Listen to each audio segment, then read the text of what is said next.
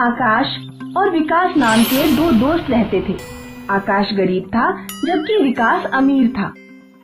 कल यार पापा एक साइंस एग्जीबिशन में गए और दूरबीन खरीद लाए। बड़े लोग बड़ी बातें। अगर अच्छे दोस्त ना हो तो अमीरी में भी कोई सुख नहीं है। चल, मैंने कल लस्सी पिलाई थी, आज तू समोसे खिला। चलो बाजार चलते हैं। आकाश और विकास बाजार जाते हैं तो देखते हैं कि दुकान पर बहुत भीड़ लगी हुई है। दोनों दोस्त दुकान के पास जाते हैं। काका, दुकान पर इतनी भीड़ क्यों है? समोसे की नई दुकान खुली है। ऐसे बढ़िया समोसे हैं, एक बार खाओगे तो बार बार मांगोगे। ला पैसे दे, 2 समोसे खरीद लेता हूँ। नहीं, बस तू अपने लिए खरीद, मुझे खट्टी डकारें आ रही हैं। आकाश अपने लिए एक समोसा खरीद रहा होता है, तभी विकास की नजर समोसे बेचने वाले पर पड़ती है। विकास समोसे बेचने वाले को कुछ शक की निगाहों से देखता है। बड़ी मुश्किल से एक समोसा मिला है।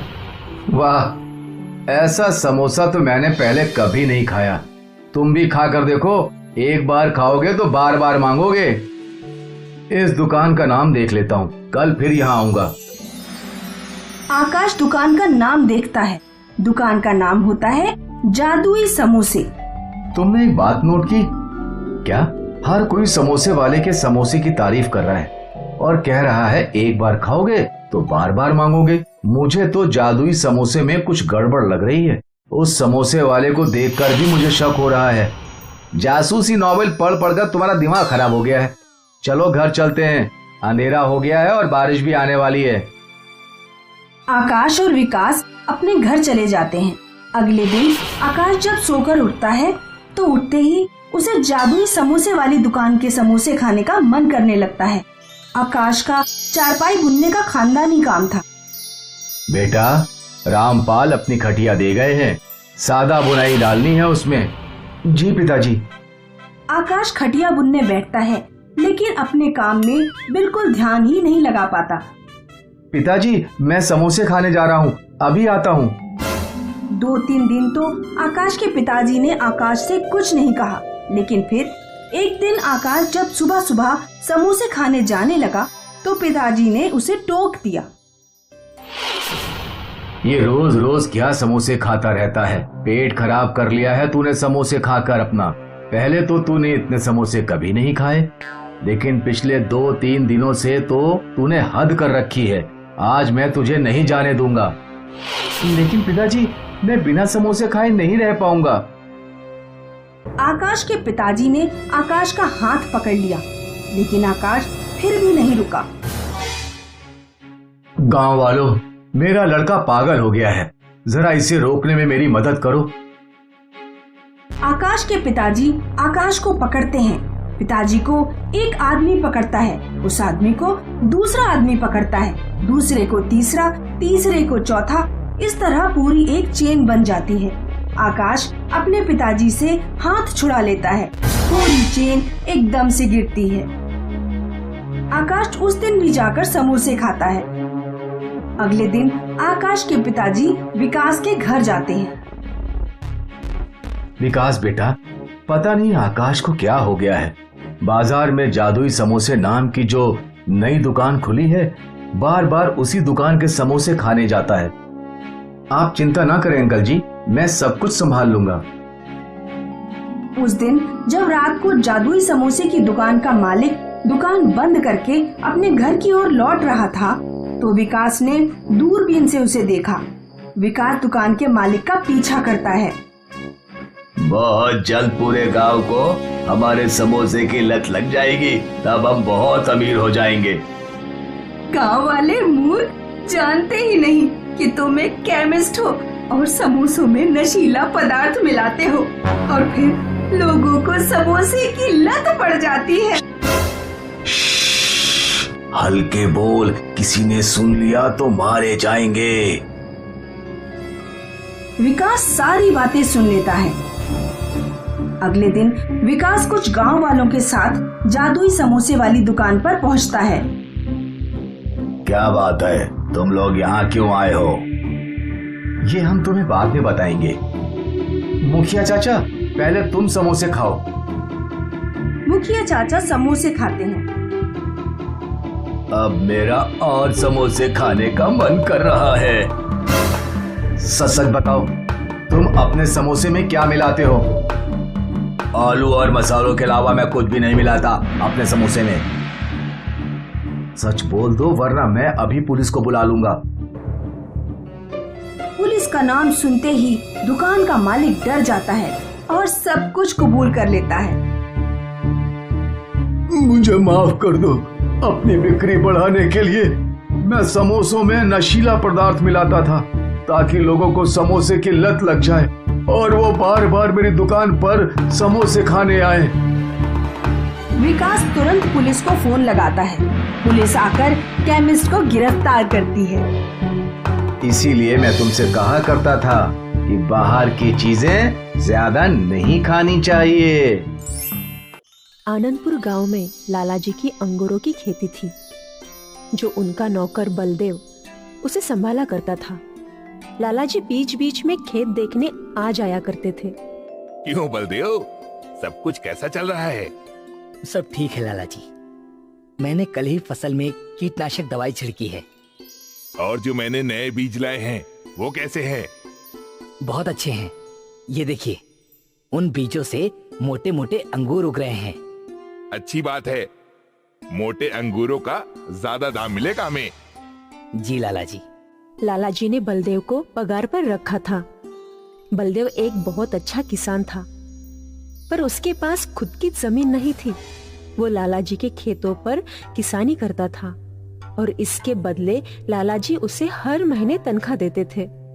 रोज शाम 6 बजे बलदेव अपने घर के लिए निकल जाया करता था। एक दिन की बात है, बलदेव खेत पहुंचा और उसने देखा कि कई सारे अंगूर की गुच्छे गायब थी। कल यहाँ ढेर सारे अंगूर के गुच्छे थे, अचानक कहाँ गायब हो गए? पता नहीं, लगता है मुझे ही कोई आभास हुआ होगा कि यहाँ अंगूर लगे थे। खैर, जाने दो। बलदेव ने इस बात पर इतना ध्यान नहीं दिया और रोज की तरह अपना काम करने लगा। रोज रात 7 बजे वो अपने घर के लिए निकल जाता। अगले दिन भी वही हुआ। बलदेव अंगूरों के खेत पहुंचा और वहाँ कई अंगूरों के गुच्छे गायब थे। ये कैसे हो सकता है? मैंने कल ही यहाँ सच में अंगूरों के गुच्छे देखे थे। कुछ तो गड़बड़ है यहाँ पर। लगता है कोई मेरे अंगूरों को चोरी कर रहा है। अगर लाला जी को ये बात पता चल गई तो वो मुझे काम से निकाल देंगे। नहीं नहीं, मैं ऐसा नहीं होने दे सकता। मैं आज रात को उस चोर को कैसे भी पकड़ कर रहूंगा। बलदेव ने ठान ली कि रात को वो अंगूरों के चोर को पकड़ेगा। शाम के 7 बजे और बलदेव रोज की तरह अपने खेतों से निकल गया। पर इस बार वो अपने घर नहीं गया, बल्कि पास के एक बड़े पेड़ के पीछे छिप गया। बलदेव ने अपने साथ एक लाठी ले रखी थी। आज रात को उस चोर की चटनी बना दूंगा मैं। फिर वो कभी भी मेरे अंगूरों को चोरी करने के बारे में सोचेगा भी नहीं। बलदेव खेतों पर नजर लगाए बैठा था। आधी रात हो गई, लेकिन चोर अब तक आया नहीं था। अभी तक वो चोर क्यों नहीं आया? बलदेव परेशान था, पर फिर भी वो नजर रखकर बैठा था। आखिरकार सुबह 6 बजे जैसे ही हल्की रोशनी आई, रोशनी के साथ कुछ परियां उसके खेत में आ गई। बलदेव ने देखा कि उन परियों ने कुछ अंगूरों के गुच्छे तोड़ दिए। तो ये परियां हैं जो मेरे अंगूरों को चोरी कर रही थी। बलदेव दौड़ता हुआ खेतों में पहुंचा। आप सब तो परियां हैं, तो भला आप लोग मेरे अंगूरों को चोरी क्यों कर रही हैं? तो इस फल का नाम अंगूर है। हमारे परीलोक में ये नहीं उगाते, पर उस दिन हमने जब ये अंगूर खाए तो हमें ये बहुत पसंद आए। तब से हम इन्हें तोड़कर खा रहे हैं। पर आपकी वजह से मेरे मालिक मुझे नौकरी से निकाल देंगे। ऐसा क्यों? ये अंगूरों के बाग लाला जी के हैं। लाला जी हर महीने मुझे तनख्वाह देते हैं इन अंगूरों को उगाने के लिए। अगर आप लोग ऐसे ही सारे अंगूरों को खा लेंगी तो वो मुझे तनख्वाह नहीं देंगे और काम से भी निकाल देंगे। अरे रे, क्षमा कीजिए, हमें ये सब बातें पता नहीं थी। पर हमें ये अंगूर बहुत पसंद है, लेकिन हम तुम्हारे साथ भी अन्याय नहीं कर सकते। मेरे पास एक सुझाव है। क्या आप हमारे साथ हमारी दुनिया में आएंगे? आप हमें वहाँ अंगूर उगाना सिखा दीजिए। और इसके बदले हम आपको ढेर सारे सोने के सिक्के दे देंगे। सोने के सिक्के? हाँ, और फिर हम अपने अंगूर खुद उगाना सीख भी जाएंगे। ठीक है, मुझे मंजूर है। बलदेव ने कुछ अंगूर की बीज ले ली और फिर परियों ने एक दूसरे का हाथ पकड़ा और बलदेव का भी, और कुछ मंत्र पढ़ा। मंत्र पढ़ते ही बलदेव भी परियों के साथ उड़ने लगा। बलदेव परियों के साथ बादलों के ऊपर उड़ रहा था। परियां बलदेव को बादलों के बगीचे में ले आई। इस बगीचे में बहुत ही सुंदर सुंदर रंग बिरंगे फूल थे। ये तो अद्भुत है। बलदेव सारा बगीचा देखकर खुश था। मुझे समझ में नहीं आ रहा कि बिना मिट्टी के ये सब कैसे उग गए। ये बादल जादुई है। ये बादल बिल्कुल जमीन की मिट्टी की तरह है। इस पर जो भी बीज उगाओगे वो धरती की भांति ही उग जाएंगे। बलदेव ने उस बादल पर कुछ अंगूरों के बीज छिड़के और उसके बीज छिड़कते ही बीचों से अंगूर के पौधे निकल आए। काश धरती पर भी ऐसे आसानी से पौधे उगाए जा सकते। अंगूरों के पौधों को रोज पानी देना होता है और तो और इनकी जांच भी करनी होती है कि इनमें कोई कीड़े न लग जाएं। एक परी ने जादू किया और उनके सामने एक छोटा बादल आ गया। अब ये बादल रोज इन अंगूरों को पानी देगा। धरती पर पौधों को कीड़े लगते हैं, यहाँ नहीं लगेंगे। यहाँ मिट्टी नहीं है ना? हाँ, वो तो मैं भूल ही गया था। अब हमें क्या करना होगा? कुछ नहीं, समय पर पानी और अच्छी खुराक देने से ये पौधे अपने आप अंगूर उगाएंगे। बलदेव बोल ही रहा था कि उसके सामने वाले अंगूर के पौधे में अंगूर का एक गुच्छा दिखने लगा। वो देखकर परिया बहुत खुश हुई। वो देखो, वहाँ अंगूर उग गए। अब हमें धरती पर जाने की कोई जरूरत नहीं।